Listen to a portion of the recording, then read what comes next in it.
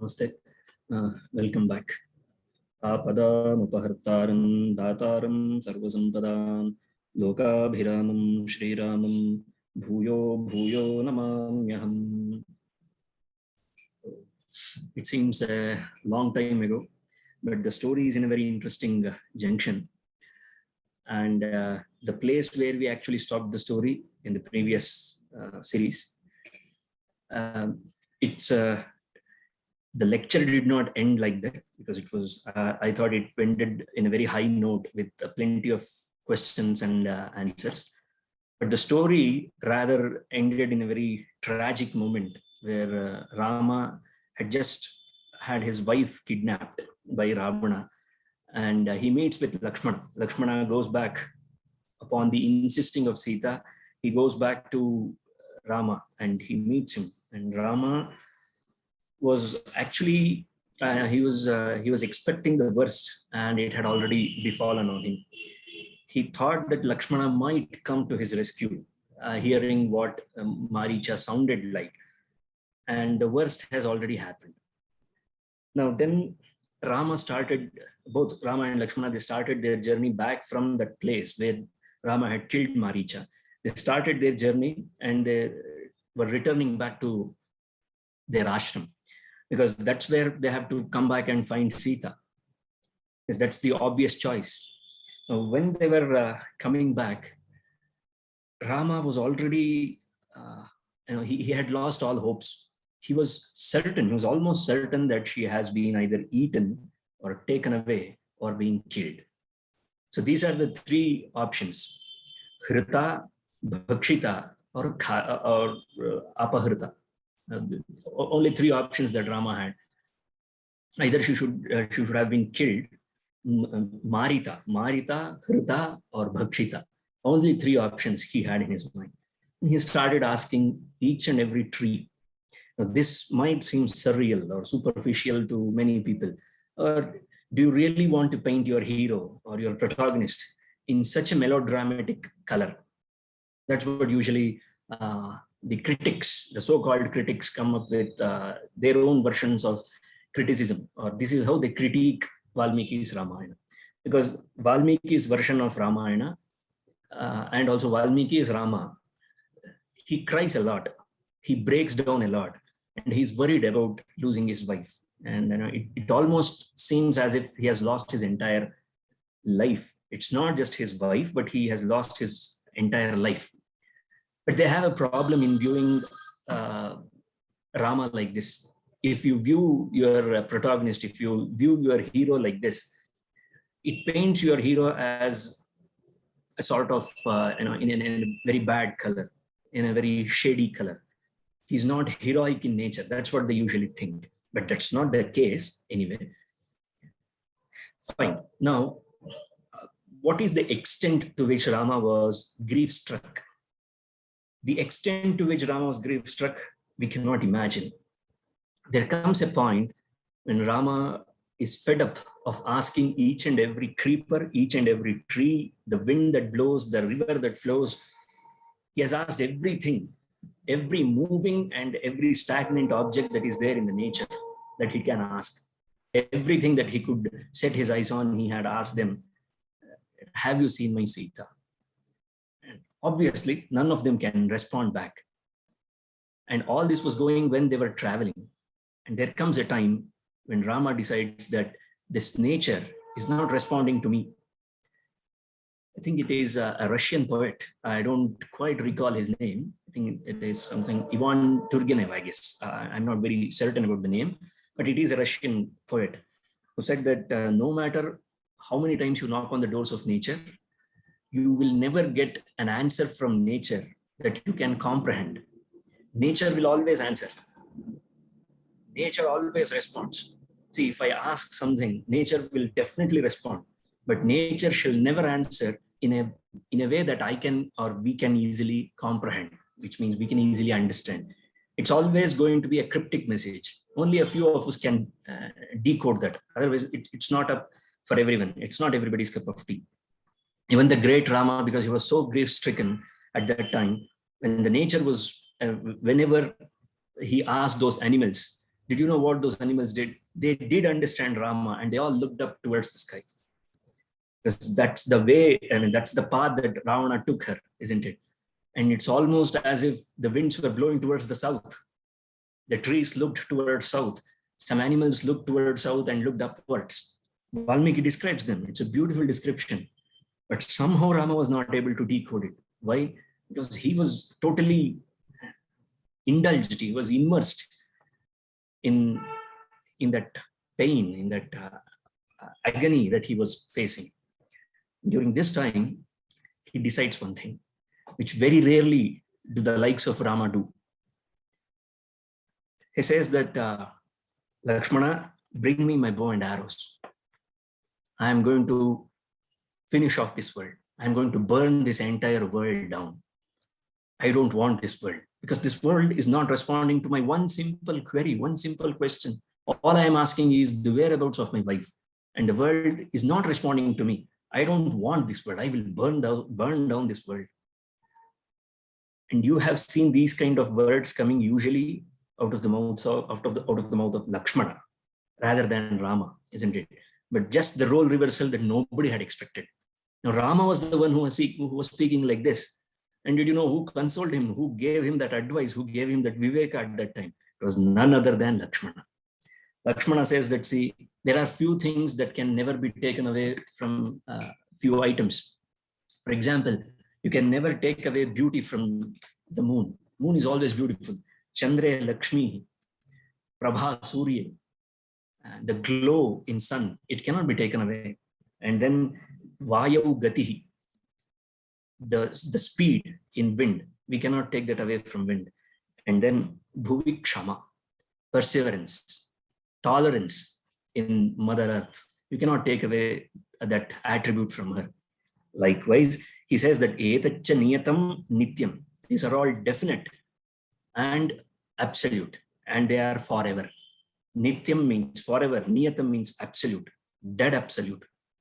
You can always be sure on this. If you are a betting person, if you have to bet on something, if somebody asked you to what is that one thing that you can bet on, you can always bet on these four things. And there's a fifth thing as well.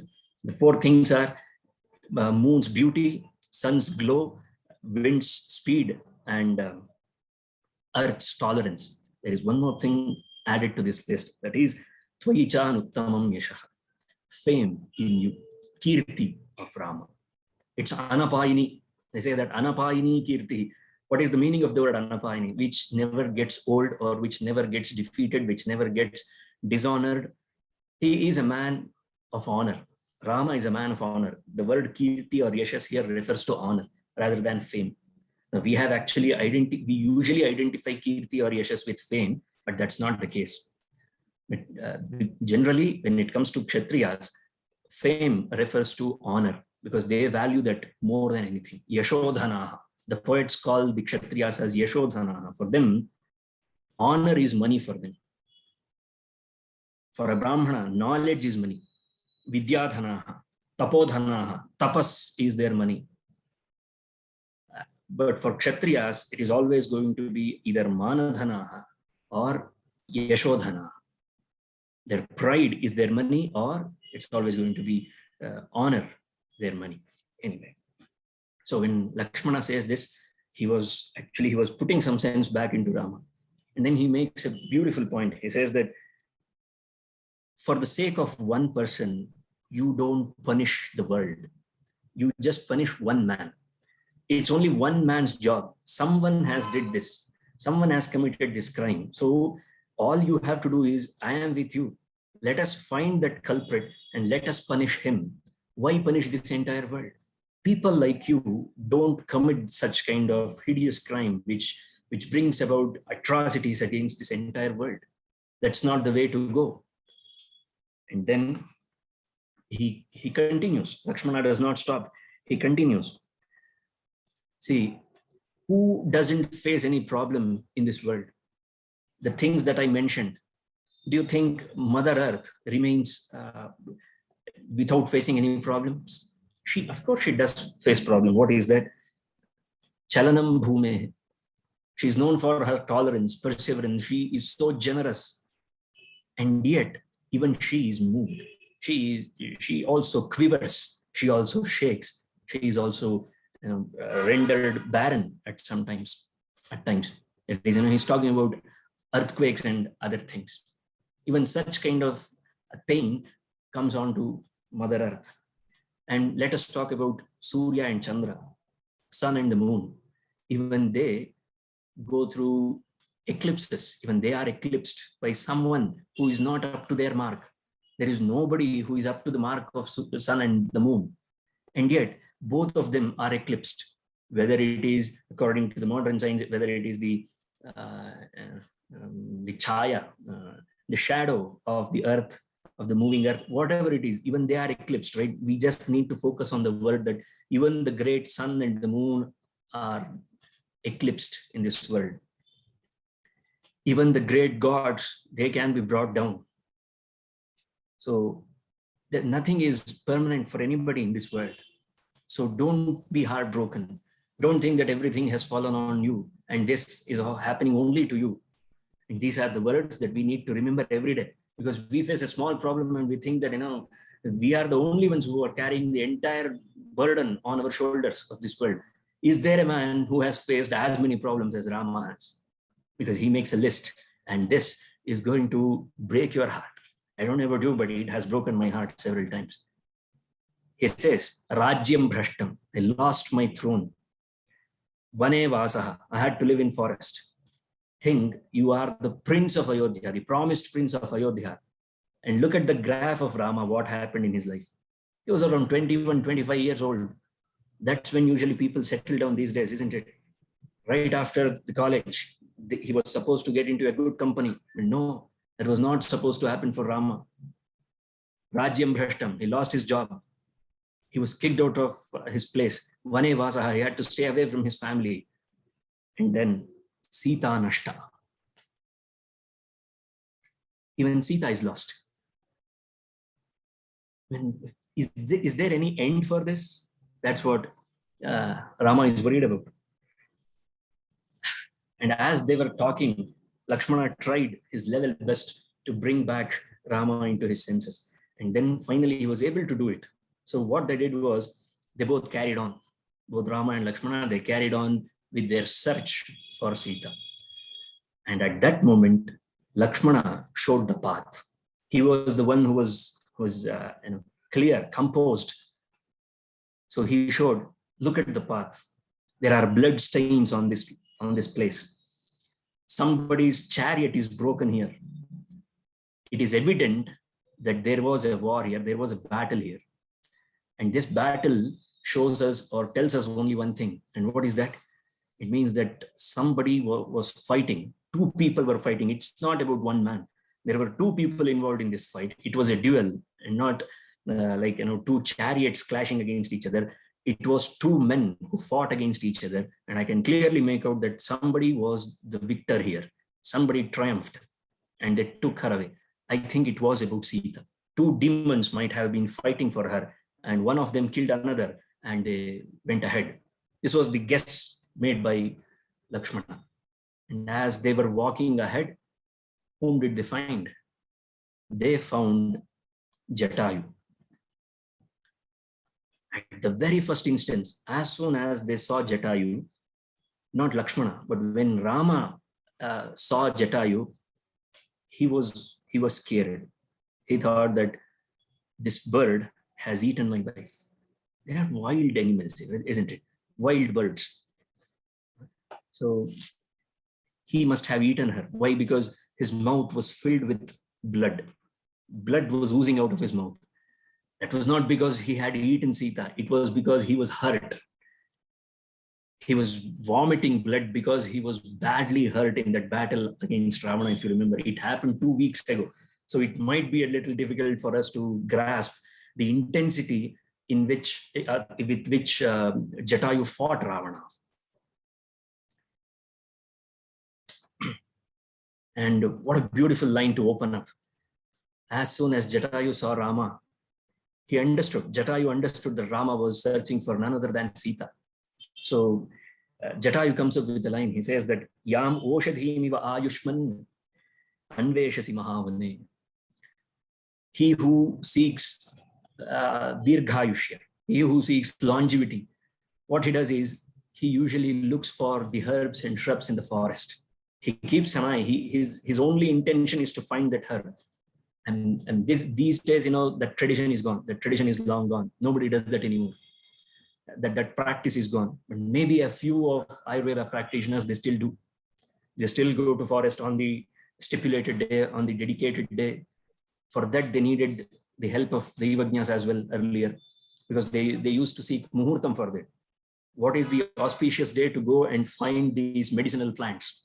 And they used to bring those medicinal plants and do all the parishkaras and samskaras for that, and then prepare the medicine. This was the actual way. So that's why this analogy is given, like how a medical practitioner, how he searches for the medicinal plants. I know your eyes are searching for Sita. Let me tell you in one line, the person whom you are looking for, whom you are searching, and my life, both of them were taken away by one man named as Ravana. So this is the line. What an opening line, isn't it? It might not sound that brilliant when I am translating it in very bad English, but when you read it in Sanskrita, and you have to imagine that a dying bird, he has kept his little bit of whatever was left of his life. He was holding on to his dear life so that he could give this message to Rama, because he definitely knew Jatayu that Rama will come back searching for Sita. And when he does, there should be at least one man to tell him where to look for Sita. And he was holding on that. And that's when he says that Yam Oshadhiniva Ayushman Anveshasi Mahavane Sa Devi Mamacha Pranaha Ravanena Ubhayam Hritam. Both were taken away by Ravana. I saw her. I fought for her, but I could not rescue her. I'm very sorry. I'm extremely sorry that I could not protect her. But this is what happened. Now, you remember Rama had already given a list of his downfall of the graph. Now he adds one more to it. I lost my throne. I had to stay in forest. My wife is kidnapped. And a gem of a person has died for me. He's dying for me. He has left his, he has given his life for me. How am I going to return his debt that I owe him? He owes him something, right? He has given his life for the sake of giving this information. Rama valued information that much. He tried, Jatayu did try his level best, but he was not, it was not possible for Jatayu to protect Sita, but at least he held on to his dear life so that he could give this information. And Rama is valuing it. So he says, and then he makes that statement, which usually breaks the heart of any man. Idrishiyam mama alakshmihi. If this is my misfortune, do you have any idea what could be the level of misfortune that Rama had or Rama faced in his life? He says that pavakamapi dahet. I think the amount of misfortune that I have in my life, I think it could even burn down the fire itself. There is nothing that can burn the fire. But Rama says that my sorrow, my pain, and the misfortunes that I have had, I think it can burn down even the fire. It is nothing in comparison to the fire, the greatest fire that we have ever seen. That's the way he felt. Right. And then he says to Lakshmana, in a very, very humble tone, he says that, Lakshmana, this is the level of, or the intensity of my bad luck or misfortune, that if I walk the ocean today, if I cross the ocean today, if I approach the ocean today, right now, I think the ocean will run dry if I step into the ocean. We have a very famous saying in Kannada, in a proverb in Kannada, Papi samudra khodru monakaladda neeru.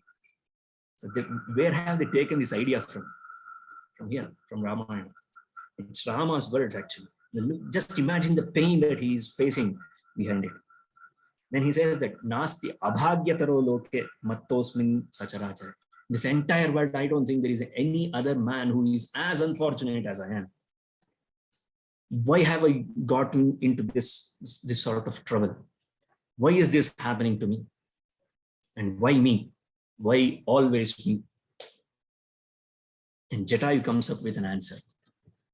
Jatayu says that, Rama, these are my last words. I don't think I will be able to speak further, but please do make sure that in that muhurtam, in the time, during what time did Ravana kidnap Sita? That muhurtam is called as Vinda. Make a note of this muhurtam. That muhurta is called as Vinda. In Sanskrita, Vinda means to get back. So you are absolutely going to get back your wife. Have no doubts about it. The vision of a dying man. We have seen many men die like flies, but you will never see a man, even a man, who had the vision, who had the courage to hold on to not only to the information, but also to process. He was fighting, remember, he was fighting the most vicious king ever. He was fighting Ravana, and he was also observing. He was also making a note of that muhurtam, because he knew that he is snatching Sita away during Vinda, during the muhurta named as Vinda, which means the owner of that property is going to get back that at any cost. It may take a while, but you are definitely going to get back your wife. And this was all he could speak, Jatayu. Rama had one last question to ask Jatayu. He asked him, how did he look? What were his weapons? Where did he head? No, there was no Jatayu. Jatayu was done. He was gone. He could not speak further. So these were his last words. He wanted to ensure that Rama knew, at least in his heart, that he is going to find Sita. Now imagine you have hope, not information. You don't know where to look for Sita. You have lost a person, your beloved one is kidnapped, and the person who tried to protect your beloved one has just left his body. And before he left his body, all that he could say was, you are definitely going to get back your wife. That's all he said. And he gave some insights. It's a Vinda, Muhurta, etc., etc. Maybe a person like me, even while dying, he had to make all these remarks. He could have simply said that, you are going to get back your wife. Why do you worry? You will get back your wife and go towards south. He could have said that, instead of saying Vinda, Muhurta, Jatayu could have easily said, then go towards south, head south. No, he had to mention that, because even at the last moment of your breath, you need to speak with evidence. You need to speak with authority, and authority always comes with that power. And where does this power come from? If you don't have that command over the subject, then nobody's going to believe. You may have. It's like, in life, you're always going to be like a goalkeeper. You might have saved 1,000 goals, but people will always remember the one goal that you let in. Always. So every time, every moment, we have to be careful. We have to be on the tip of our toes. And that's how dharma, is. That's how the path of dharma is. You cannot sleep. You cannot close your eyes. I cannot say that this is a cruise. I have done my hard work. Now it's always going to be a cruising way. It never is. It never is. So after this, Rama was like, Bruhi, please say, speak. And he was actually forcing him. He was begging him. He was begging Jatayu to speak. And Jatayu was no more there. And he could not speak. And then Rama had tears in his eyes. Who wouldn't have? Who wouldn't have? And what a great service this bird has done to him. He has given his life. He could have easily chosen to stay quietly, like how we do these days. We find many atrocities happening even this day. We chose not to partake in it. It's a good thing. We are not partaking in the violence. I'm not saying we have to partake in the violence. We have to partake in the action against the violence. We don't do, because we have our own comfort zone where we have our own keyboard. We do our little bit hashtags. That's all we can do. Jatayu also could have done that. Hashtag Sita kidnapped. Hashtag save Sita. He could have done that easily. No, he did not. He was a man of honor. He was a man of action. He fought an old bird fighting. And if we cannot learn something from a bird like Jatayu in our life, then I don't know what we can learn anyway. Too much of philosophy. Now let's get back to the story. Now, keyboard warriors. He was a real warrior. He did not have any weapon either. Jatayu, remember that Ravana had 20 arms filled with, he had a chariot filled with arsenal, filled with plenty of weapons. All Jatayu had was his brute strength, his core strength, and his beak. And he fought valiantly. All right, going on. So Rama says to Lakshmana that, Lakshmana, I don't know what is more hurtful. Was it not able to see my father again after losing my throne, or losing Jatayu? He was that last link that Rama had towards his father. I don't know how you can relate to this particular thing, but I definitely can. And I'm going to say it, hopefully you can get it. The thing is, Rama had, he could not see his father. He could not see his face as well when he died. But in order to remember his father, he always, when he saw Jatayu, he could see his father in Jatayu, because he was Daśaratha's friend. And now even he is gone. The last link remaining is gone. Then Rama asks Lakshmana to bring the fire, bring the wood. And he said that I shall make fire myself. He did not ask for help in that regard. I shall make the fire myself. And I did not get the opportunity to do the final rites of my father, but I shall do the final rites of this great bird who has rendered a service that cannot be spoken highly of. Enough highly of, sorry. So, and after that, he used a word that Yagate Yajnashilana. Now, the lokas that usually people who perform great yagas, that they attain. What lokas do the people who perform yajnas attain, and those who give bhudana attain, and who perform Agnihotra daily attain?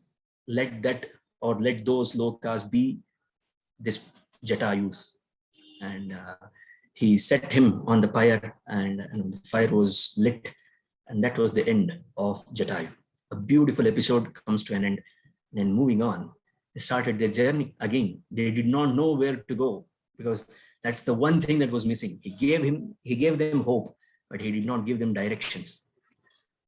Now, as they were moving on, they found yet another terrifying man.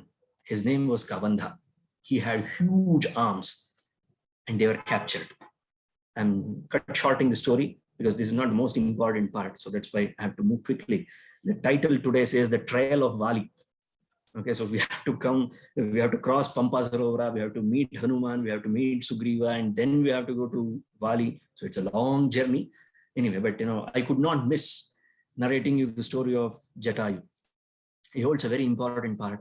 And Jatayu set a fine example. Do you know who was the inspiration for the entire Vanara army? You would be surprised to know. It was not Hanuman who inspired him. It was not Jambavan. It was not Sugriva. Every single monkey in that army drew inspiration from Jatayu. They say that there was this great bird who sacrificed his life for the sake of Rama. And can we not do that? We are more powerful than the bird because they have arms, right? The monkeys, they have arms, and they are more powerful than the birds. That's the inspiration that he left Jatayu. Oh, what a bird. I don't want to use the word bird, but yeah, what a man. Seriously. And now both Rama and Lakshmana were captured, and they were struggling. They were not able to get rid of Kabandha's shoulders. Now Rama makes another beautiful remark. It is beautiful because it teaches a lot about our life. It teaches plenty of things about our life. Every time we face a problem, we do consider it as the most difficult problem, toughest problem that we have ever faced. And Rama comes up with an answer. Krichrat krichrataram prapya darunam satya vikram. We are getting tougher and tougher. Life is getting tougher and tougher day by day for them. Vyasanam jivitantaya praptam aprapyatam priyam. So when I look at all these things, Rama says only one word, one line, that is, Kalasya sumahadviryam sarvabhuteshu lakshmana. Look at the authority that Kala has, the time has over everyone. Time rules over everyone. There is not a single man on this world who can claim that he has controlled time. Nobody can control time. Look at us, the two great princes, the two great sons of Daśaratha. We have killed so many people. We have killed so many demons. And look at us, look at the state of us. We are caught and we are not able to come out of it. And then they decided, they found out who is this man who is holding them captive. It was none other than Kabandha. Kabandha makes a deal. He says that if you don't tell me who you are, then I'm not going to release you. And as he was, it's like, that python surrounding somebody and suffocating them to death. It was like that. The grip, the hold was like that. Rama and Lakshmana, they decided that it's not the time for bows and arrows. It's the time for a sword. So they took out their swords and they cut off that each shoulder of Kabandha. The moment his shoulders were cut off, he said that you cannot leave me like this. You should burn me. He started getting back his sight, his eyesight, his vision. He said that I have something important to tell you. And I can only tell you if you burn this body, because this body is a result of a curse that was put upon me. And until this curse is lifted, I won't be able to help you. So please burn me.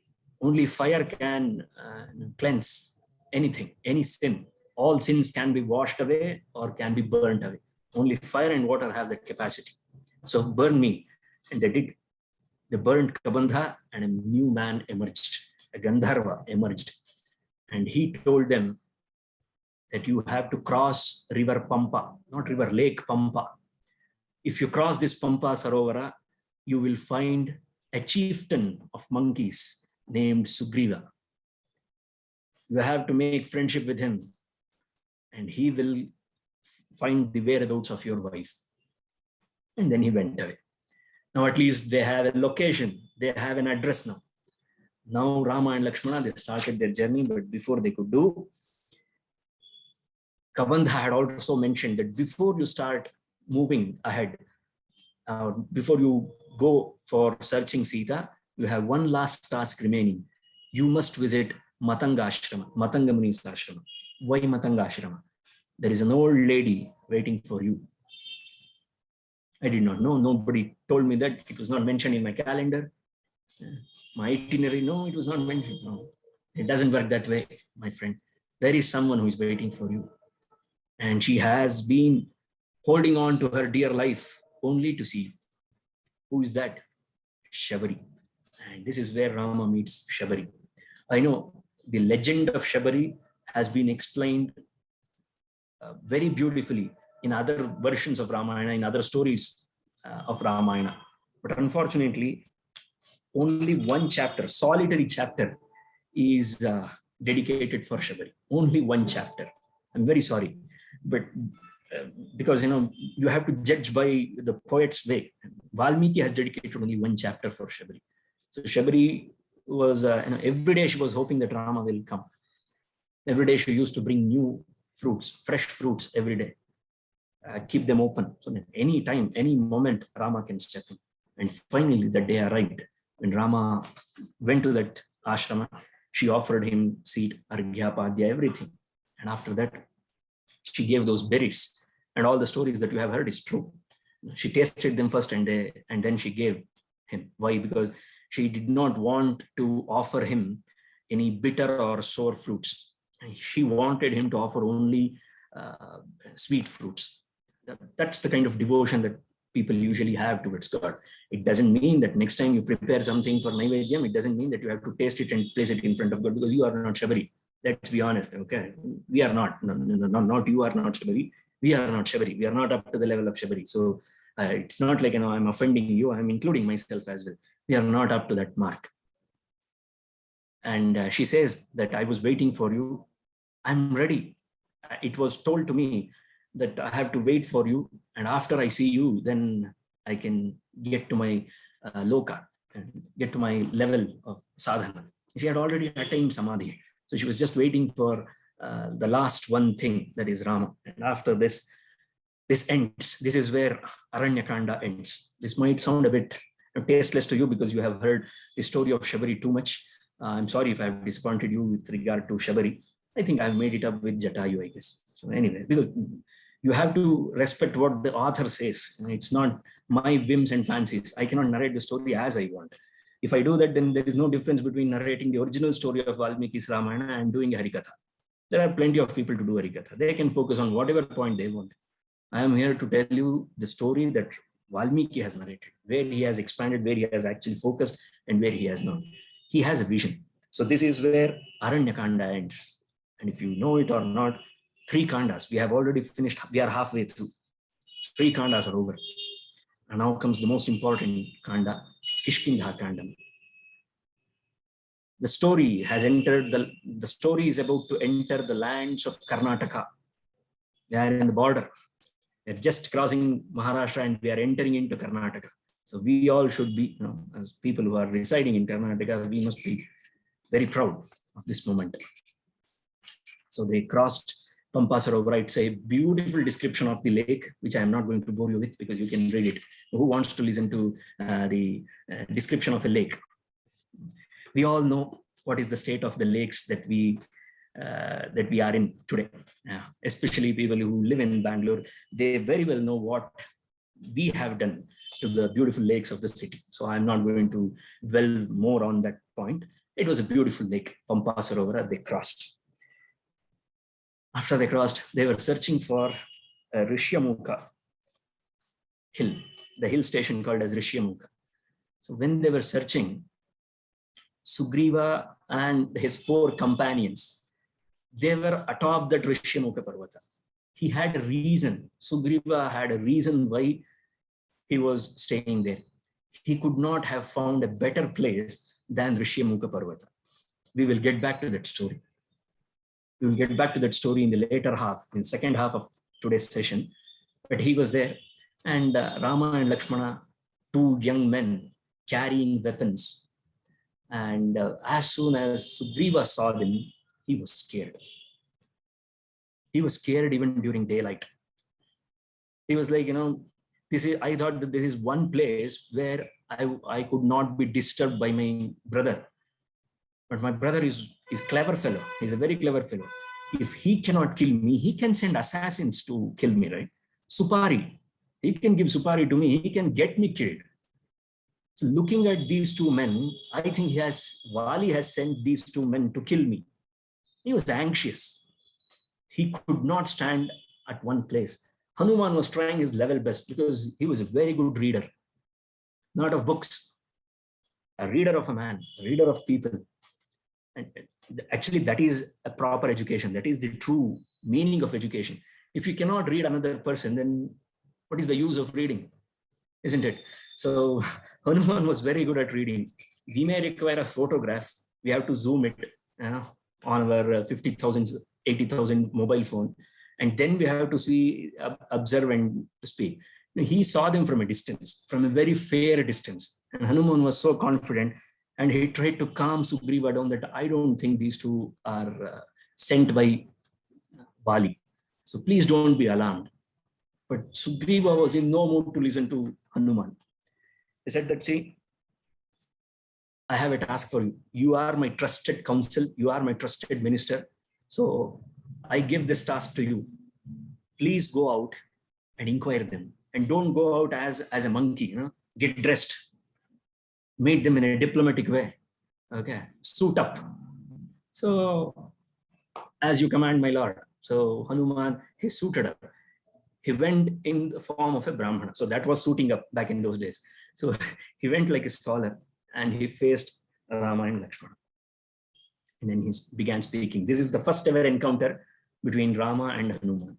A beautiful encounter to be remembered forever, because this is where we get to know how to meet people, how to greet people, how to talk to people. 3 things that we have to learn from Hanuman.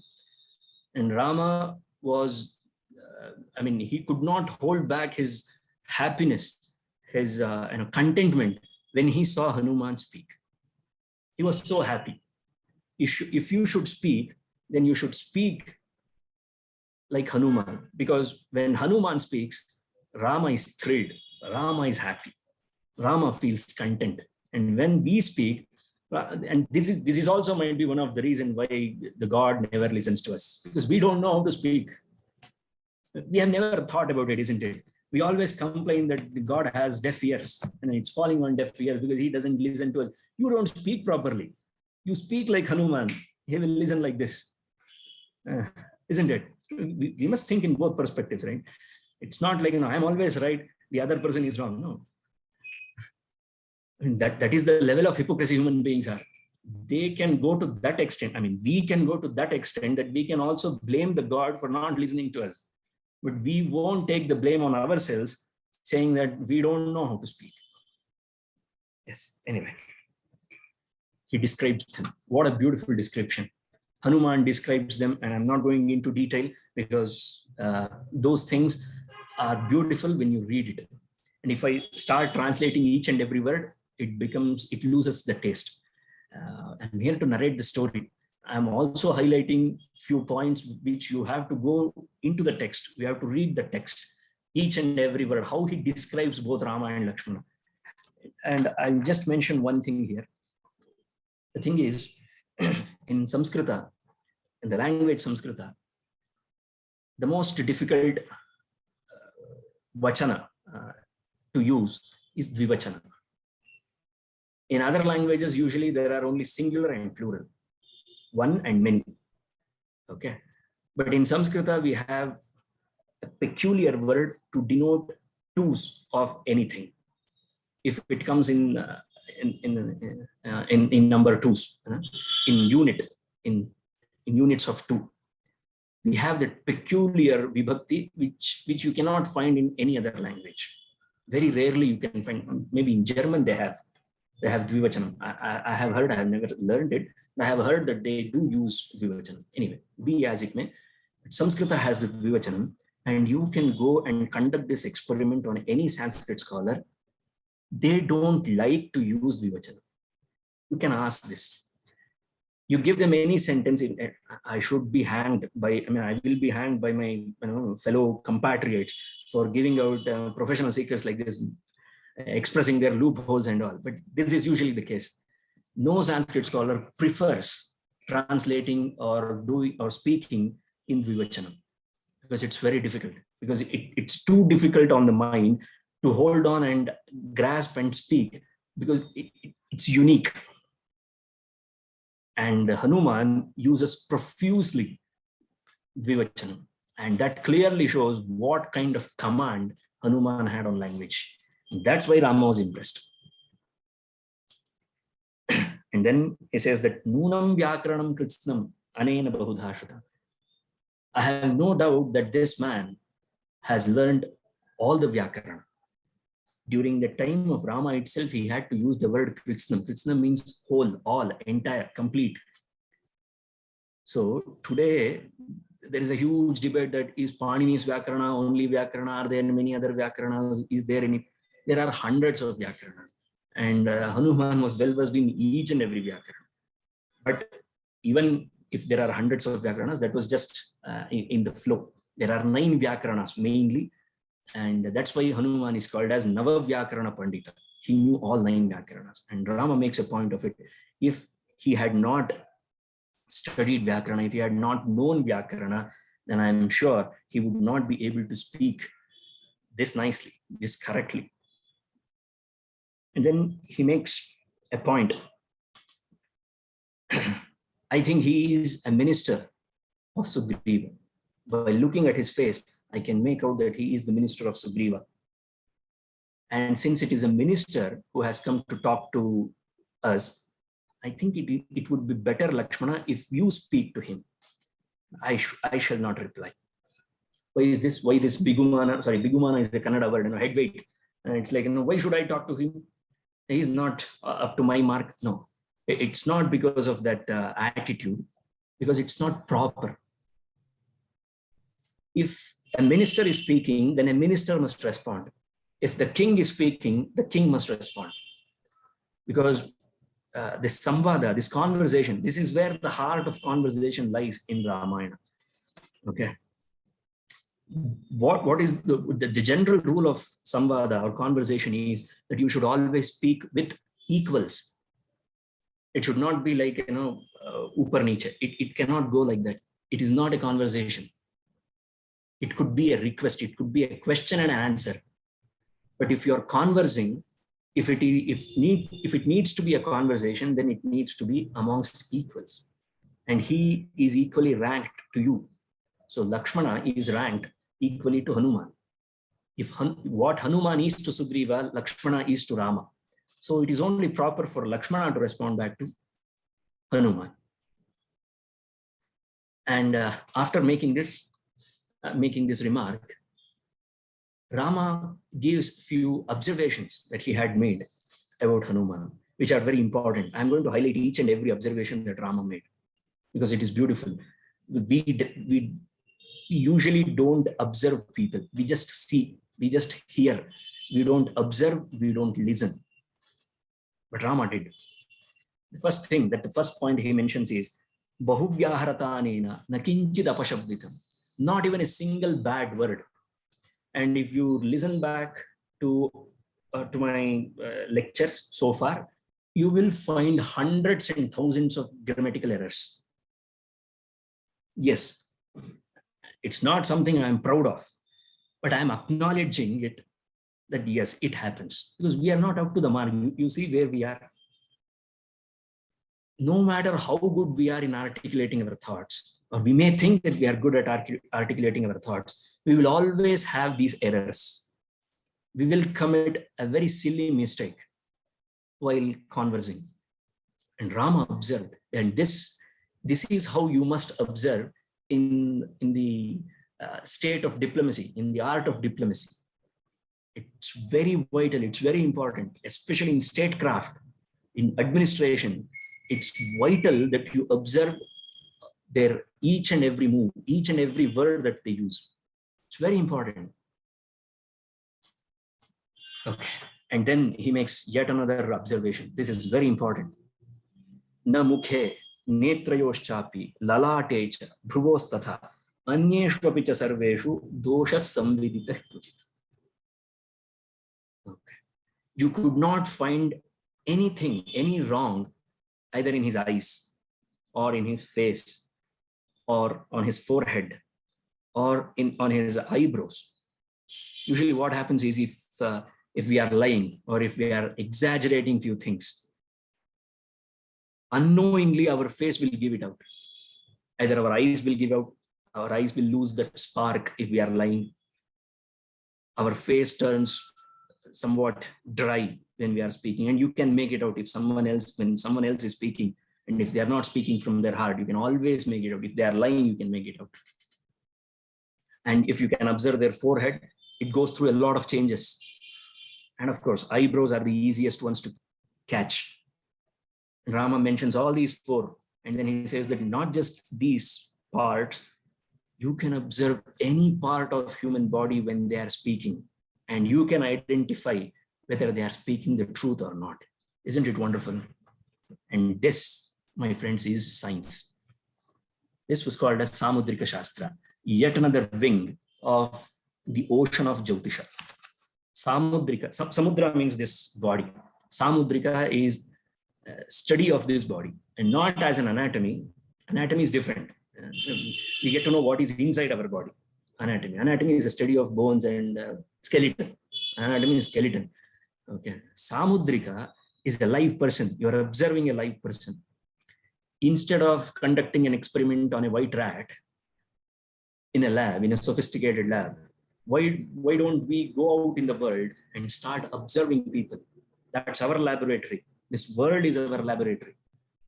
For humanities, for a human sciences people or a person, the world is the laboratory. You have to observe people.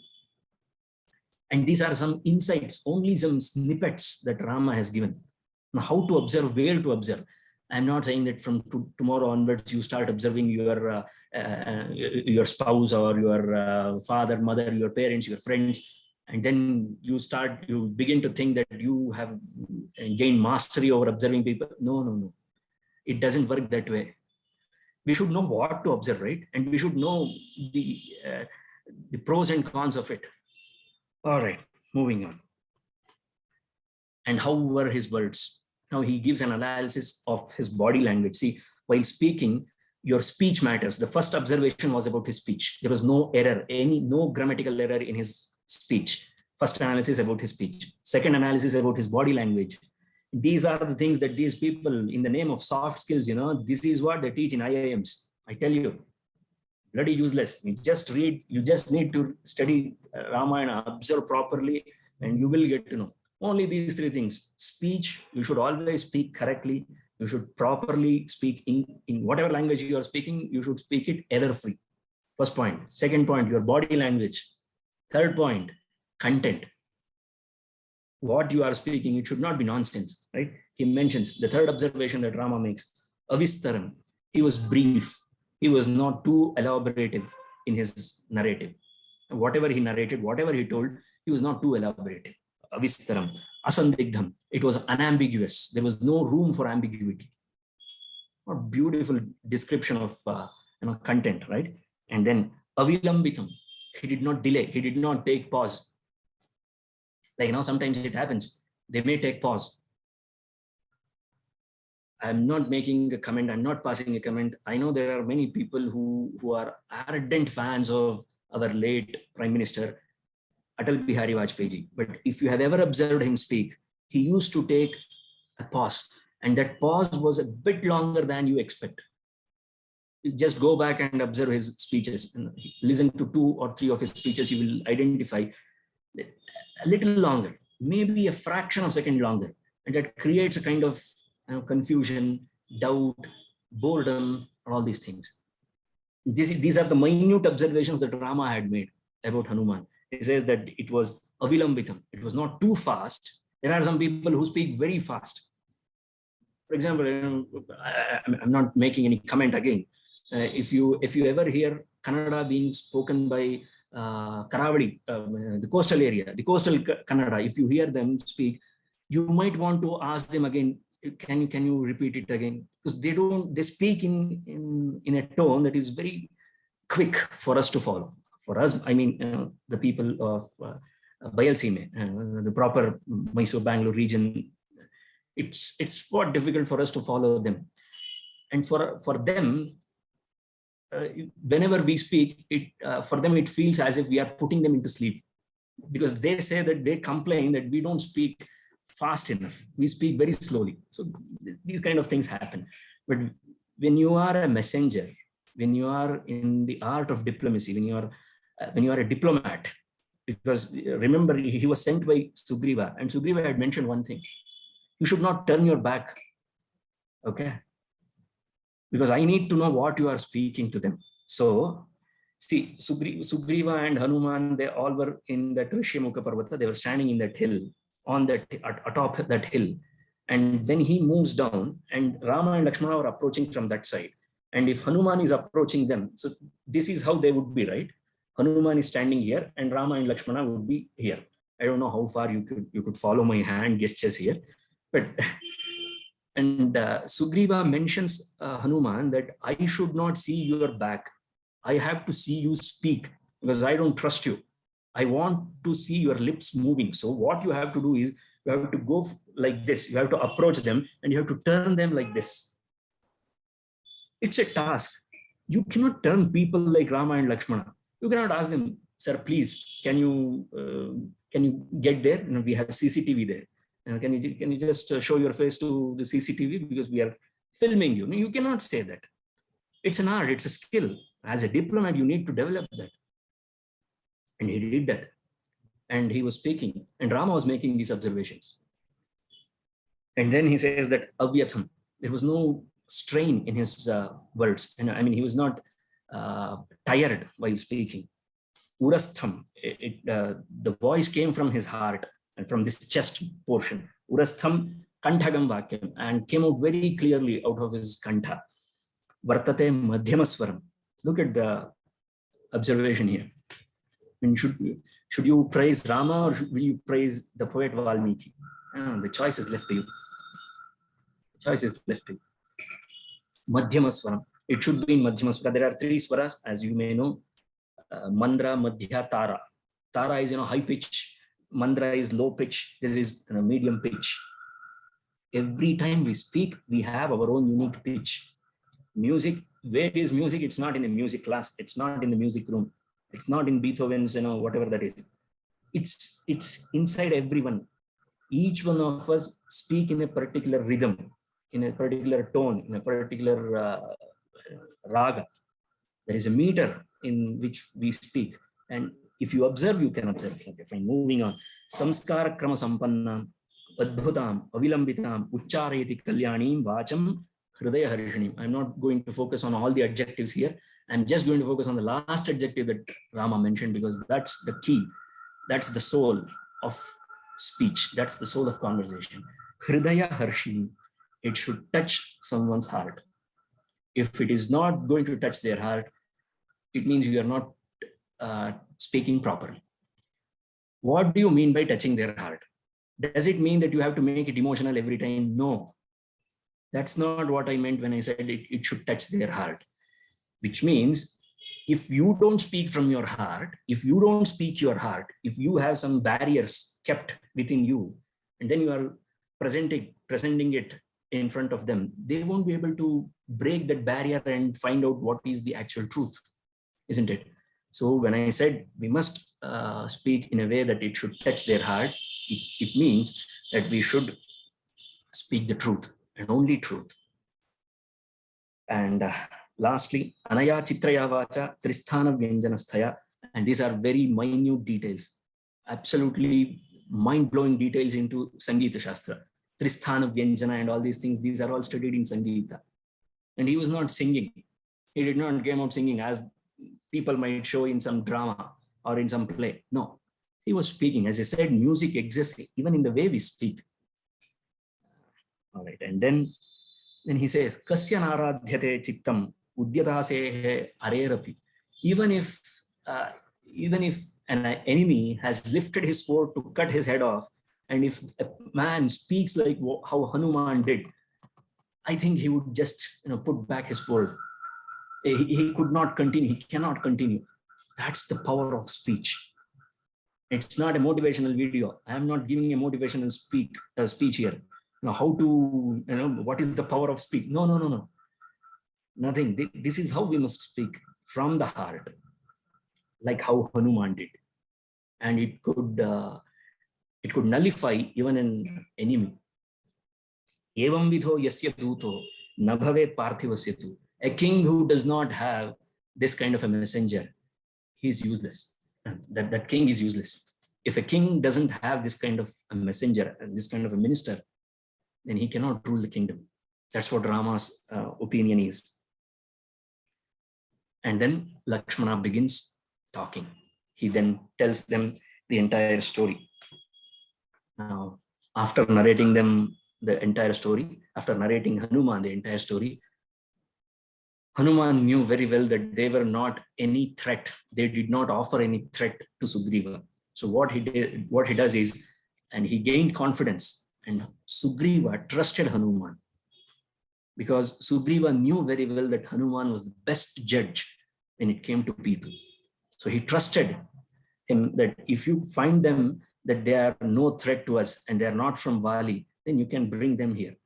If they don't, then you have to nullify them. You have to take some action. But he did take some action. The action was he carried them on his shoulders. Hanuman, for the very first time, you see this scene for the very first time. And you see this scene being repeated twice or thrice maybe. For the first time, Hanuman carried both Rama and Lakshmana on his shoulders. And then he started climbing that Rishyamukha Parvata. He took them to Sugriva. And what happens next? is the most important part of this entire Ramayana. If there was no friendship between Rama and Sugriva, nothing would have happened further. So we will stop here for a few minutes to take a couple of questions if you have any, and then we will move ahead for the most brutal trial of forever.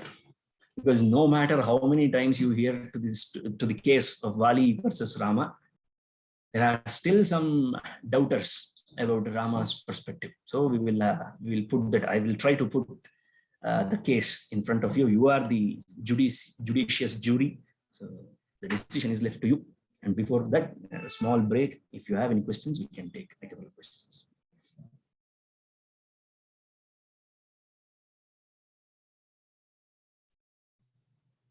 Wonderful. There are no questions. Either I have not spoken properly or you have all slept. Somewhere you mentioned, just a minute, I wrote it down. So you had mentioned that Rama said, I'm the most unlucky person because I lost my throne and then, I had to go to the forest. But when he actually was not given the throne, or when he was asked to go to the forest, he did not flinch and he did not think that it was a loss, right? For him, it was just that my father said it, I'm doing it. Why at this stage he's thinking of it as a loss? When he's saying, yeah, it's a very good question. Very good question. See, but when he's saying that Rajyam Bhrashtam or Rajyam Nashtam, what he meant was that it was supposed to come to him and it was snatched away from him. He has no regrets for it. But it really is, your life's graph was going like this, and suddenly you fell down. And from that point onwards, it has been a constant falling down. That's the only intention why he's making that remark. He's not regretting it, not even for a second. Rama is regretting the fact that, he lost the throne or he has to stay in forest. He's not regretting it. He's just mentioning generally, I don't know if you believe Rama is a god or not, I don't know. But for those people who believe Rama is a god, here is an interesting fact. Mostly people ask, what was the purpose of Rama avatar? Why did God has to incarnate as Rama? The Ramayana itself has no answer because Rama never considered himself as a god. He always says that Atmanam Manusham Mani. He thought himself as a man, the son of Daśaratha. That's how he thought about himself. That's how Valmiki has portrayed him. And that's how we need to accept and understand Rama. But in the later stages, when we see Rama, and or when we analyze Rama and we find that he could not have been a normal man, he must have had the divine intervention in him. Bhagavata mentions that the purpose of Rama Avatara was Martya Shikshanam, to teach the mankind, to drive the mankind in the righteous path. And what is the best way to teach anybody? If you walk yourself, then people will follow you.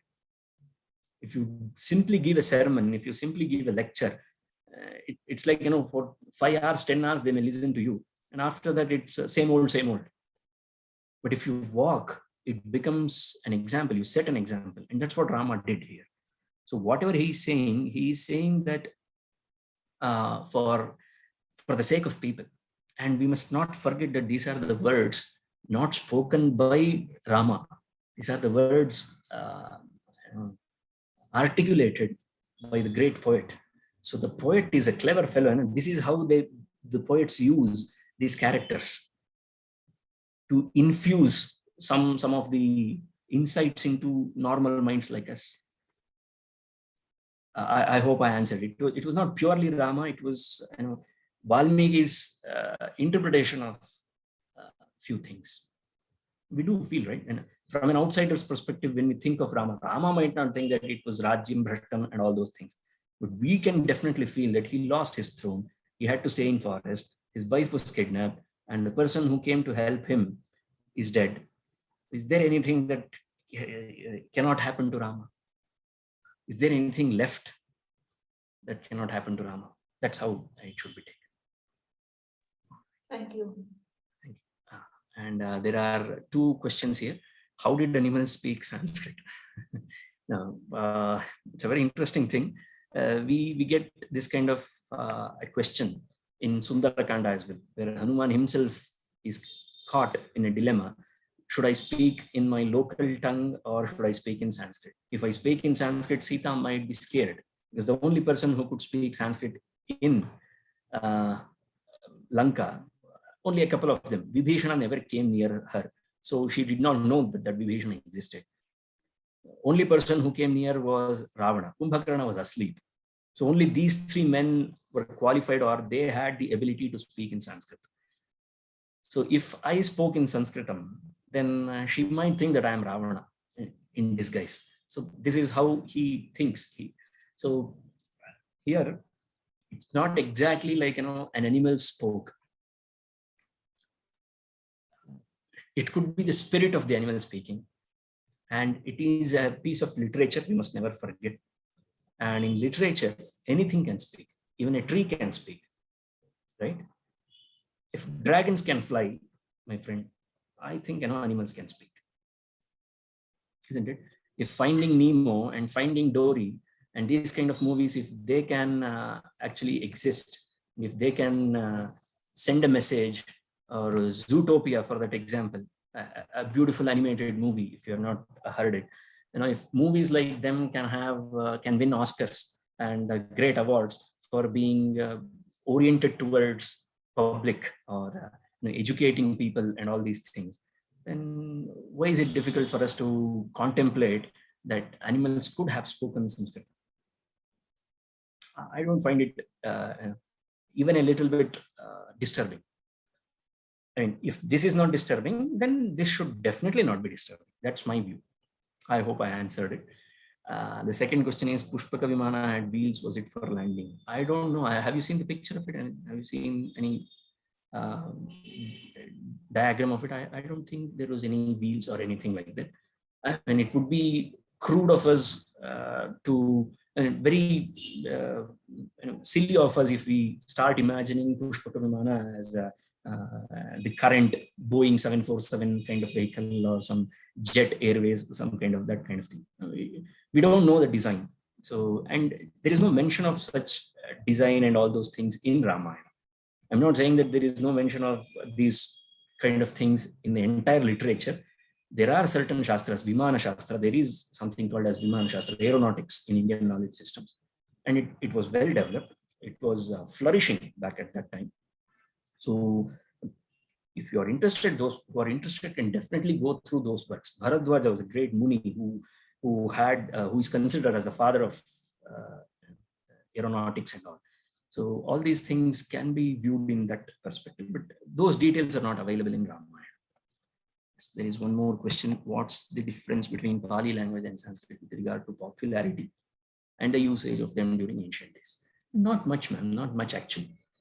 See, they call Prakritam, Pali, Prakrita, they all belong to the family of languages called as Prakrita. The meaning of the word Prakrita is, Prakriti is the mother, or Prakriti is the source. The word Prakriti means source. The source happens to be Samskrita. Any language that has taken plenty of words from Samskrita shall be called as, or shall be categorized as, Prakrita. Pali happens to be one such language which falls under the category of Prakrita languages. And most of the times these languages were territorial based or geographical based in a particular region. It was spoken in a particular region. It was like a common tongue. It was not the sophisticated language of everyone. So in that way, there is no much difference. I mean, it's a very good question. I should thank you for asking this question, because mostly when we think of Indian knowledge systems, by Indian knowledge systems, I mean the Shastras that we have, whatever Shastra it is, Dharma Shastra, Artha Shastra, whatever it is. All the Shastras, they usually think that it is all written in Samskrita. Yes, no doubt, they are all written in Samskrita. Just because the language, the communicative language was Samskrita, it doesn't mean that it is not applicable to common men. That's not the case. And I will give you a beautiful example from literature, from literary criticism that you can find in Indian knowledge system. That is, Sahitya Shastra or Alankara Shastra, rhetorics, if we can say. The thing that most people fail to observe in Samskrita Sahitya Shastra is 45% of examples taken in Sahitya Shastra are not from Samskrita. They are not Samskrita shlokas. They are from different languages. So what does it denote? It denotes that there was a harmony between these two, all types of languages. Just the mode of communication or the mode of writing was Sanskrit. That's all.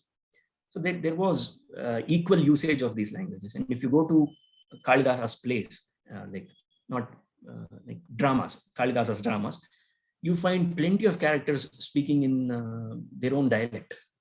So they all coexisted. They did understand Sanskrit, but they did not speak in Sanskrit. It can happen, right? If you stay long enough in a place, in any country, you pick up that local language, but you might not be able to reciprocate it, but you do understand that local language. That could be, yeah. So geographically, where was Sanskrit spoken Everywhere. more? Everywhere. It was not geographical based. Sanskrit was the only language that was not geographical based. Okay. Because see, it was the language of, I don't want to use the word gods, even though that's how it is interpreted. They call it as Devavani. Let me give you it in a different perspective. This is my personal perspective regarding Sanskrit.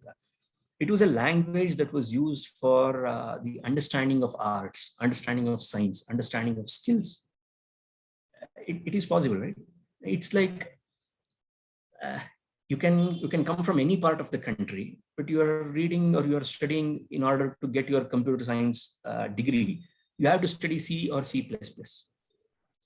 So C++ is taught the same way, either it is in Bangalore or in Mangalore or in some other part of India, isn't it? So Samskrita was like that. It was the language of our Shastras. It was the language of knowledge systems, branches of knowledge. So that remained. So like now we do it in English. That's how it was back then in Samskrita. Yes, correct.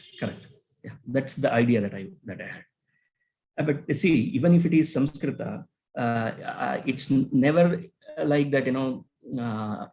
They did not speak their local dialect or anything like that. They did speak their local dialect.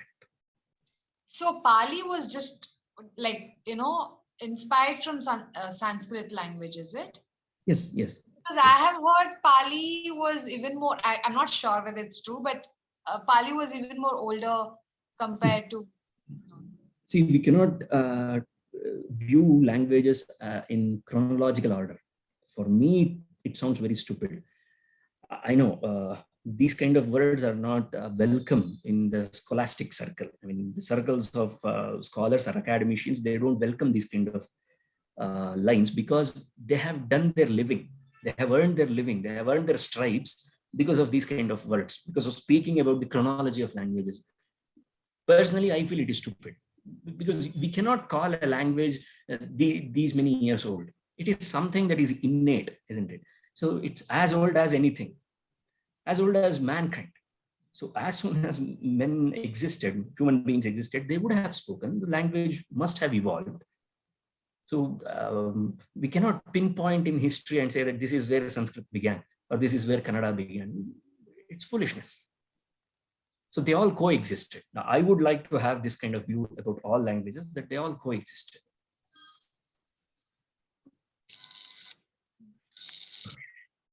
I hope I answered. Yeah, okay. All right. Why Anushtup Chandas is chosen for Ramayana? Because it's easy to grasp, easy to narrate. And the answer for this question is also interesting because, Valmiki might have had this in mind because he was not just writing an epic, he was composing an epic. So let's not forget that. Composing an epic means it must be set to music, right? It must be set to proper music. So he must have chosen Anushtup. The why of it, I don't know. Because we don't know how he composed it or what is the singing legacy of Ramayana. We don't know. So I cannot answer that. But it definitely would have got something to do with the musical part of Ramayana. That much answer I can take you only this far. Further, I'm not able to. And then why did Hanuman carry them on his shoulder to Sugriva? Because out of respect, they have walked so far. Out of respect, he thought that, let me take them. It's not like, they did not demand him. We are royalty. You should take us to your king on your shoulders, anything like that. It was just a Simple gesture, that's all. All right. If there are no more questions, I think we can go ahead with the story. I have 45 minutes exactly, 44 minutes to be precise, to put in front of you the case of Vālī and Rama. So we have to be quick about this. All right. So Sugriva and Rama, they met each other. You know what is the best way to legitimize any relationship? The best way to legitimize any relationship? Fire. Do it in front of fire. There is nothing that legitimizes as fire does. For the first time, we get this instance where they shook their hands. Now, many people ask that, shaking hands, should we shake hands or not? Is it Western culture? So and so. If they are friends and if they are willing, then you can. If they are not, then you are not supposed to. And if you take someone by hand, it is somewhat considered as a vivaha. You are taking their responsibility. That's the actual intended meaning. But the usual explanation in the outer world, the modern world, is that they, in earlier days, they just wanted to make sure that I don't have any weapon in my hand. So that's their way of convincing each other. I don't know about their logic, but the logic behind is, there is a beautiful word for vivaha, marriage, wedding in Sanskrit. It's called as pani pidanam. Pidanam means troubling. Pidanam means troubling each other's hand, not life, only hand. Remember. Okay. Pani pidanam. Now, unfortunately, it has become prani pidanam. We are all pranis, right? We all have life. We all breathe. So it has become prani pidanam these days. But unfortunate. Anyway, moving on. So in order to legitimize, they shook each other's hands. And then Hanuman created fire. Lakshmana brought the sticks and they ignited fire. And this is the moment that we need to earmark in the entire Ramayana. And none better than Valmiki to earmark it. Only a poet has this vision. And if you are a true reader of Ramayana, if you really want to understand a poet's heart, these are the points which you observe. If someone asks me to pick any one shloka, most favorite shloka from the entire Ramayana, I would always pick this shloka. He mentions one shloka which is very beautiful, very important. He says that Sita Kapindra Kshanadacharana. Sita, Kapindra means Vālī. Kapi, monkeys, Indra is the king of monkeys at that time was Vālī. Kapindra Kshanadachara. Kshanadachara is, Kshanada means Ratri. Ratri Chara means, the people who usually stay awake in night. Rakshasas. And Rakshasas Adhipati. That is Ravana. So Sita, Vālī and Ravana, all three of them, at that moment when Rama and Sugriva legitimized their friendship, what happened? Rajiva hema jvalanopamani. Their eyes. Rajivopamam. Sita's eyes were like lotus. And Vālī's eyes shone like gold. And Ravana's eyes, it glowed like fire. Sita Kapindra Kshanadacharanam Rajiva Hema Jvalanopamani Sugriva Rama Pranaya Prasange. Pranaya means friendship here. Okay. Sugriva and Rama's friendship, when this happened, Vamani Netrani Samam Spuranti. All three of them, they experienced the same thing at the same moment. Unfortunately, they did not know each other at that time. They did not discuss. They did not have their own WhatsApp group. Sita, Vālī and Ravana. Awesome threesome. Okay, they did not message each other. Oh, I felt this. No. But they all felt it at the same time. And only a poet who has an entire vision, a complete vision, he could see that. He could mention it. He says that their left eye, it fickled. It made a fickle, their left eye. What does it denote? For a woman, if her left eye fickles, it's a good thing. It's considered as a good omen. It means that something good is going to happen. And for men, it is the opposite. If something is happening on your left side, it means that something bad is going to happen. And it all happened because Rama met Sugriva. Usually what happens in the rest of the world or rest of the literature is, it's usually the devotee who meets the God, isn't it? An inferior person meets the superior person. It's always the inferior one who hands his hand, who gives his hand, or who proceeds with friendship. But this was the other way around. It was Rama who gave his hand in friendship. And that's why, I don't know if you're blessed with friends or not. If you are going to be blessed with friends, be blessed with a friend like Rama. For that to happen, either you should be a Guha or you should be a Sugriva. Because these are the only two men whom Rama called as his friends. It's a different thing. Every person who walked on this earth might call Rama as his friend. Tvameva mata cha pita tvameva, tvameva bandhuscha sakha tvameva. Even the likes of us, we claim that Rama is my friend. Okay. But Rama has claimed as his friends only two people in his life. Guha, we met him earlier, and then Sugriva. And this friendship, this bond, the moment it was created, it sent tremors to both Vālī and Ravana, and it sent good signs to Sita.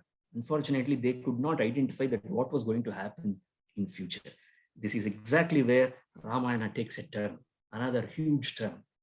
If Rama and Sugriva had not met, nothing would have gone further. Moving on. Now they both started speaking. They spoke their heart out. They expressed their feelings. Ekam dukkham sukhanchanau. That's the statement made by Sugriva. See, from this day onwards, until the day I breathe, all my happiness shall be yours. All your sorrows shall be mine. And we shall share our happiness and sorrow equally. And then Rama said that this is the incident, what happened, and Sita was kidnapped, so and so. All of a sudden, Sugriva remembered, wait, I have something. Remember that Sita had thrown that jewel box, not box, tied in a cloth, and she had left it. Sugriva sent one of his ministers to bring it. They brought it. Okay. After it was brought, Rama could not even look at the ornaments of Sita. His eyes were filled with tears, because the moment he set his eyes on Sita's ornaments, Sita appeared in front of him, and he could not speak further. So what he does is, he asks he asks Lakshmana to identify. He calls upon Lakshmana. He calls Lakshmana to identify these ornaments. There was a necklace. There was something that women usually wear around their waist. I don't know what it is called as in English. Pardon my poor English, but I think you understood. And then some earrings, nose ring, all the other ornaments. Lakshmana could not identify any of them except one. Lakshmana could identify only one ornament of Sita. And what was it? Her anklets. Her anklets. Goosebumps, isn't it? That is the purity, the pious Lakshmana. This is the pious Lakshmana. He makes a beautiful statement. Nahan janami keyure. Keyura. Nahan janami keyure. Nahan janami kundale. Nupure tvabhi janami. But I can definitely identify that these are the anklets of my Sita. Yeah. Why? There should be a reason, right? Why is this bias? Nityam padabhi vandanat. Because I used to touch her feet every day. That's how I can identify her anklets. Can you find a better man than Lakshmana? If you can find, I shall stop narrating the story of Ramayana forever. I give you my word. It's impossible to find a man as pious as Lakshmana. Now you get the intensity of the previous episode where Sita spoke so harshly, so rudely to Lakshmana, to a man like Lakshmana, who did not even once saw Sita's face. He always looked down and he always respected her so much. What a man, isn't it? Wonderful. All right. So after this, Sugriva said that, don't worry, I shall help you. I shall help you find your wife. But I need my army for that. And my army is currently under the command of my brother. And my brother doesn't like me. We are not in good talking terms, me and my brother. What happened? There is a history. What is that history? That history is, once upon a time, Vālī and Sugriva were very close, very akin, as thick as robbers, as thick as thieves. They were good brothers. But somebody came and he challenged Vālī to a duel. Vālī was not a man who used to walk away from a fight. If somebody offered him a fight, if somebody challenged him, he would fight. He would fight them for days together. So this fellow, when he challenged, Vālī was waiting for it. You should know what was Vālī's routine, workout routine. I will tell you, because it's better to hear from Vālī's mouth itself.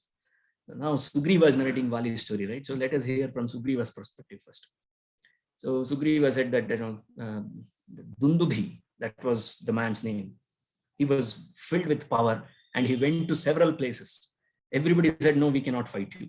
I'm not equal to you, so I cannot give you a proper fight. Why don't you go to Kishkinda? Why don't you go to Karnataka? There is a man who can give you a fight, a proper fight. Vālī. They all pointed towards Vālī, so he came on, knocked on the doors of Vālī and challenged him for a fight. And Vālī jumped onto the challenge and he went to fight. That fight went on for days, 21 days. It was not like one day fight. It was not knockout round. That happens in 20 minutes. Somebody knocks someone else out and then they declared him winner, thousands of rupees as prize money. No, went on for 21 days. Just imagine the amount of strength they had, the core strength they had to survive without food, without water, and continuously fight. And they entered into a cave. And while he entered, what this Dundubhi did was, before they entered, Vālī was accompanied by Sugriva. He was holding his towel, that younger brother thing, was helping him. If you need any water, any refreshments, I'm here. I'm here to support you, cheer you. He said, wait, don't get inside. You have to wait here till I come back. He entered into the cave. And as soon as he entered, Sugriva was given strict orders by Vālī not to enter into the caves at any cost. And he knew how strong Vālī was in his words. So Sugriva stayed at the door waiting for 20 days. And when nothing, not even a single sound came out of that cave. And finally, he heard somebody shout. And then following that shout came a flow of blood. Sugriva was not a science student, so he did not have anything to test whether this is Vālī's blood or Dundubhi's blood. He heard a shout and he saw the blood flow coming out. And he thought that it was Vālī who is down. There is nothing wrong in that. There is nothing wrong in thinking so. Because Vālī did not respond. He waited for days together. Vālī did not respond. Now Sugriva thought that if this man can kill Vālī, if there is a man who can kill Vālī, you should beware of that man. Because Vālī was the strongest man alive at that time. And remember and mind it that he was a compatriot of Ravana. They were compatriots. They were of equal age, same age. And when there was a king like Ravana, there existed a mighty Vālī. And they were best friends. We will hear about their friendship later. Okay. So Sugriva thought, but he was a clever fellow. He studied literature like me. So he was a clever fellow. So what he did was, there is only one entrance to this cave. And if this man comes out, then there is no way I'm going to survive because I'm not as strong as Vālī. What Sugriva did was he closed the doors of that cave with a huge boulder, rock. He closed the door. He came back to the kingdom and he told whatever happened. The ministers, remember, the ministers decided that Sugriva must be crowned as the king because Angada has not yet attained the right age to be the king. They all decided and they all crowned Sugriva as the king. Many days went. Vālī came back, dead man walking. No, he was not dead actually. He was not at all dead. And it took him several days to move that boulder, to find out where is the exit. Because if you are caught inside a cave and if the entrance is closed, everything looks similar to you. What rock should be moved, how. It took him several days to identify it. And he finally came furious. Vālī was furious. Who did this? And the moment he came out, he saw, he searched for Sugriva. He could not find Sugriva. He went directly to the kingdom. What did he see? He saw his brother sitting on his throne. He did not speak to Sugriva. What he did was, he imprisoned Sugriva's wife, Ruma, immediately. And he took her by force. Just did not imprison her. He took her by force, which he was not supposed to do. And then he said, I am not going to leave you. I am going to kill you. And that started the largest marathon ever ran by any man on this world, in this world. He ran. There was not a single place on this God's green earth where Sugriva had not visited. He knew the end of the world in every direction. He went everywhere. And Vālī followed him. Why? Because that was Vālī's everyday routine. That was his track. He used to run every day. Vālī used to run every day. Okay. Running is very good for your health if you want to be like Vālī. Okay. So Vālī ran every day, entire world. He used to do production of this entire world. So he knew each and every place. Wherever Sugriva went, he followed him. But then finally, Hanuman was the one who pointed out that there is a place where Vālī cannot enter. What is that place? Viśvāmitra Parvata. Why cannot he enter? Because this Dundubhi, the man I mentioned, his father also had challenged Vālī. And Vālī was at his youth back then. And he had killed him and he twisted him and he threw him. And he threw him, and from his kingdom, he threw him so far that it fell in Viśvāmitra Parvata, where sage Matanga was doing his tapas. And he was disturbed. And he cursed that whoever threw this dead body here, if he enters into this mountain, if he enters into this hill area, his head will explode into 1,000 pieces. Vālī was aware of it. And the only other person who was aware of it was Hanuman. Information is vital, isn't it? Now he directed Sugriva, let us go to Viśvāmitra. Vālī cannot even dream of coming there. Why? Because this is the fact. They all went there, they all stayed there. This is the story narrated by Sugriva to Rama. This is how it has happened. He has held my wife captive. If you help me to get my wife back and my kingdom back and my army back, and I shall help you. It's his terms and conditions. Why? Because you are the one who has extended me the hand of friendship. It's not the other way around. So, buddy, you need to do favor to me first, and then I shall do. Return the favor. Rama agreed.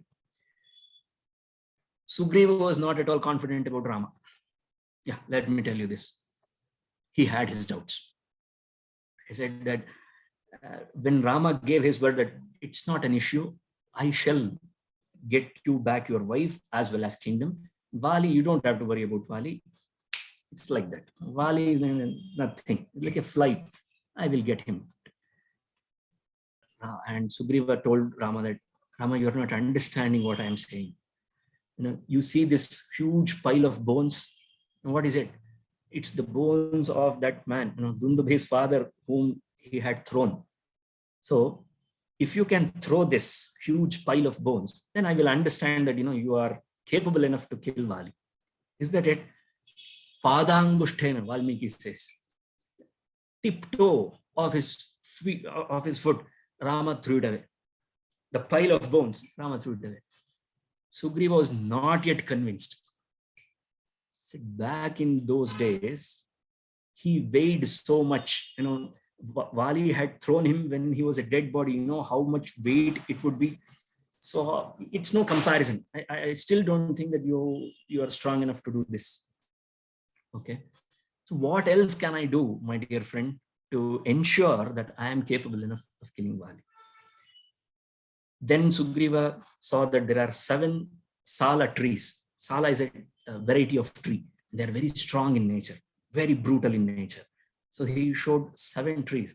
He said that, Vālī is equal to the strength of these trees. Rama took an arrow, shot, and 7 trees fell down, just like that. Just like, how Jarasandha was killed. Split into 2, 7 trees, 1 shot. That was Rama. At this time, Sugriva was convinced. He thought that, yes, I have found the right man. Let's go to the war. Let's call him and let's kill Vālī. Remember all the details. And they started their journey. They went. Sugriva called upon Vālī for the first round of duel. Vālī was waiting for it. He was like, when will you step out of that Rishyamukha Parvata? I am waiting. I am hungry for your blood. He came on and he jumped upon Sugriva, and Sugriva was beaten black and blue. Rama did not kill Vālī. Sugriva was very unhappy. He was disappointed. At one moment, you showed what your capabilities are, and you just stood there. You did nothing. Did you have your fun? Did you enjoy seeing me beaten by my big brother? I said, hold on. You two look so similar. You both look so similar that I could not identify who is whom. And fortunately or unfortunately, if I had shot my arrow, what if it had touched you? I do not want to lose a friend, because very recently we have bonded. You are my friend. I don't want to lose you. Now, this looked very logical, isn't it? Because he could not identify exactly who is Vālī and who is Sugriva. They both looked so similar in physique, in strength, in the way they approached each other in the fight. And he mentions all these things Rama mentioned. And then Rama had an idea, a wonderful idea. He said that, why don't you wear a garland made of Gajapushpa, white in color, okay? And if you wear this garland, then it will be easy for me to identify. He who is wearing a garland is Sugriva. He who is not wearing a garland is Vālī. Then my target is fixed. Okay. So who is to bring these flowers and make it into a garland? None other than Lakshmana, a multitasker, I tell you. He knows how to build a home. He knows how to cook. He knows how to get rid of your enemies. He knows how to tie a garland. He did. And Rama put it on Sugriva. Just he was beaten like that, beaten like a mad dog. He went on again. On the same day, I'm telling you, it was not like, he took a couple of days breather and then he went on and challenged Vālī. He immediately went and challenged Vālī. This time, Vālī was like, you escaped. Aaj tu marega. That's what Vālī thought. But this kind of man always has a wise woman on his side, unfortunately. Yeah. Usually wise men don't find wise women. And God usually, gives them the opposites, That's how usually works. Sorry, no offense. Vālī was very courageous, strong, but dumb. Tara, his wife, was a great diplomat. If you have to identify any good female character, strong female character, who is capable of running an administration, Tara, pick Tara, always pick Tara. Now, Tara was there to counsel Vālī. Tara had her own spies, messengers, who gave her the message that Sugriva has struck a friendship with Rama.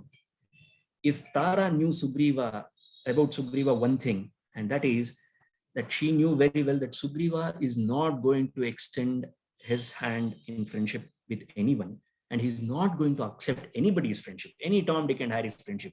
If he has made a friend, it means that he must have examined him properly. Na aparikshita viryena Sugriva sakhyamichati.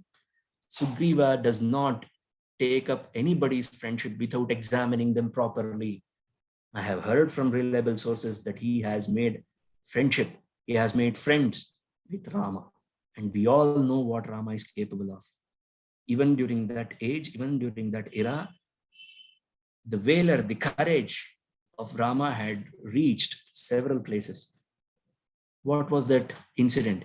Killing 14,000 men single-handedly. It's not a normal task, isn't it? I don't know why people usually discount that episode. I don't, because it shows what a great warrior Rama was. So it had reached Tara as well. She knew it was Rama, and she prompted her husband, please don't go. For God's sake, please don't step out of the home. And don't you think there is something odd this time? The way his tone is, the way Sugriva is calling upon you for the war. Don't you think there is something wrong? Vālī was not in any mood to listen to all these analysis. He did not believe in any statistics or analysis. He believed in brute strength. He thought that his strength can bend the world. Sugriva kya cheez hai? That's what he thought. All right. So he did not listen to Tara's counsel. And then finally, he went. He went and he started fighting. It did not take even a couple of minutes. It did not even take seconds for Rama to identify Vālī. The moment he identified Vālī, one arrow finished. Vālī fell down. Just like that. There's a beautiful description where Valmiki uses that Tatasharena bhihato Ramena ranakarkashaha papata sahasa Vālī nikripta iva padapaha. If you uproot a tree, how does a huge tree, if you uproot a huge tree, how does it fall down? Vālī fell down like that. Apatad devarajasya muktarashmiri dhvaja. He fell down as if Indra's flag fell down. And he was that tall, he was that big. How the mighty fall. And the mighty Vālī has fallen. Okay. We have 16 minutes now. Now Rama appeared in front of Vālī. This is how Vālī argued. We must remember each and every point that Vālī makes. Okay. If you think that you need to analyze it much better, I will just set you the pre-tone of it, only the premises of it, and then we can get into the actual trial of Vālī and Rama. Because the words exchanged between Vālī and Rama are of mighty importance. Because that speaks about the validity of dharma, essence of dharma, the true nature of dharma, and justice, how justice is delivered. And all these things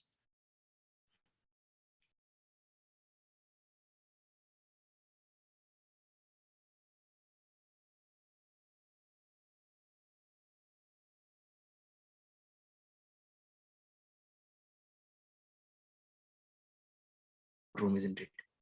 You don't get the judgment on the day one. You just have to make an opening statement, that's all. And then it will be adjourned to the next session. The next date will be given, and then you have to hear, and then you make a judgment. So why hasten into something which is so important? So let us wait. I know I have to cover a lot of story further as well, but that's okay. It's upon my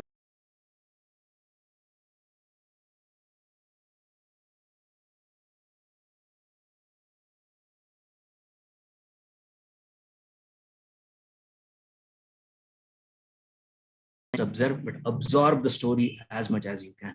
So I think we can stop it at this point.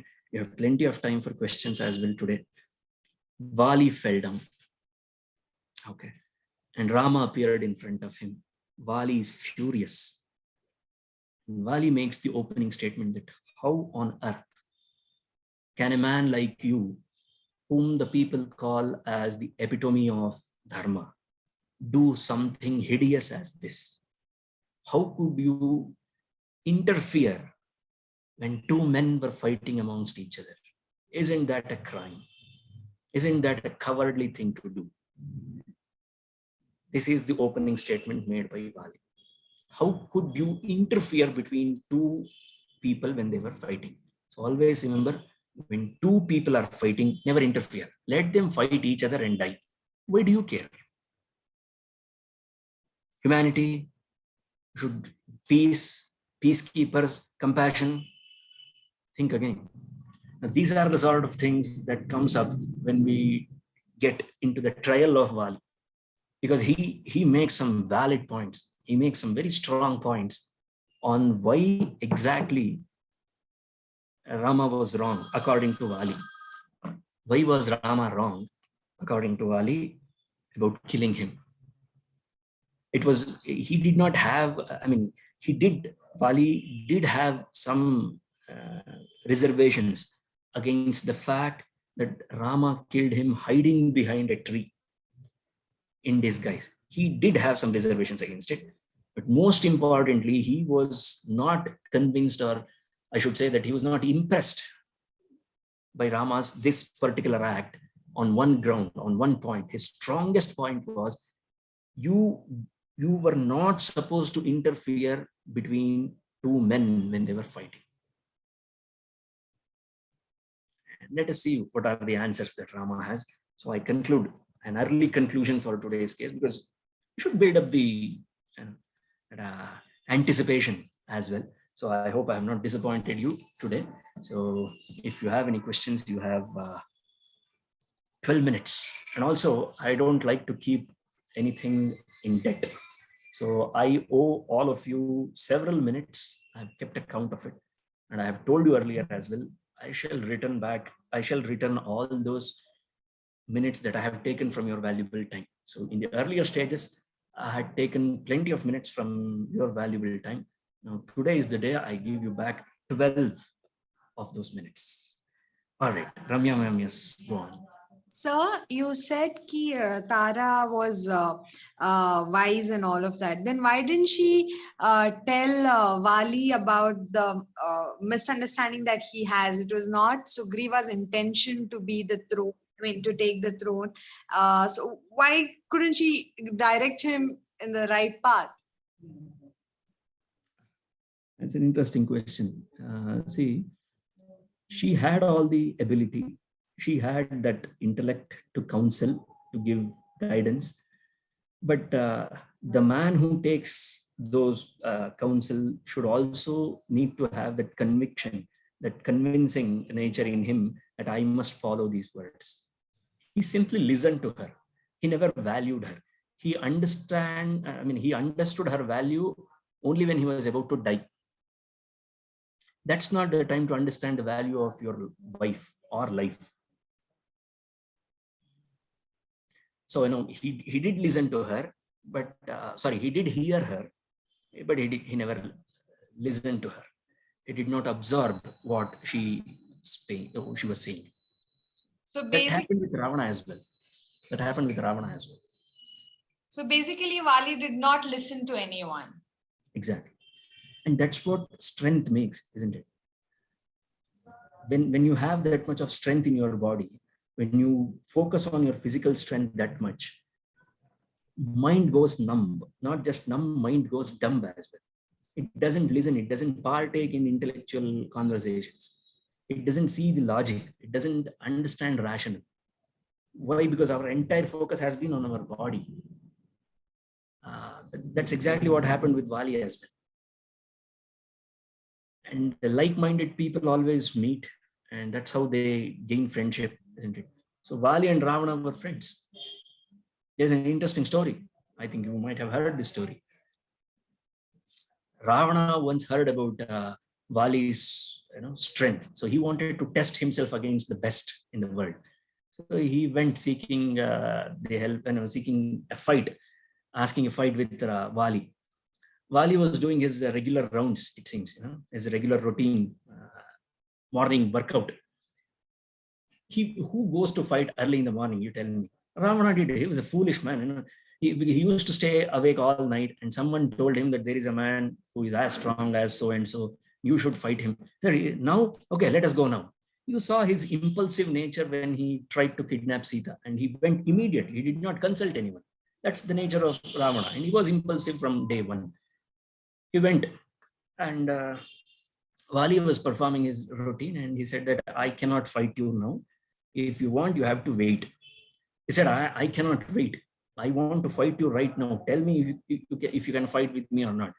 He said, fight? Okay, fine. And he took him like this, like how we hold our helmets or our grocery bags. He held Ravana like this. He ran around the world, and then he immersed in the water, and he said, you were speaking something. And he took him out of water and he said, you were saying something. What did you want from me? What did you seek from me? Said, no, I just wanted to be friends with you. That's how Vālī and Ravana became friends. And both cruel men, both idiots, they always meet each other. All right, I hope I answered your question, and further, I just deviated a little bit. There's one more question here. Yes. Mind does not respond to reason at third. Absolutely. Absolutely. It doesn't. It definitely doesn't. So, yeah. Any more questions regarding the story that has happened so far?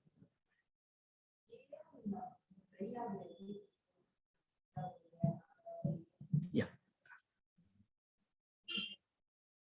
Still have 7 minutes. You left it in a a suspense stage. Yeah, Good, of course. exciting as well as we're wondering what next. Yeah, and I'm not sure I would be able to cover it in 15. I'm sure of covering it in 5 minutes as well.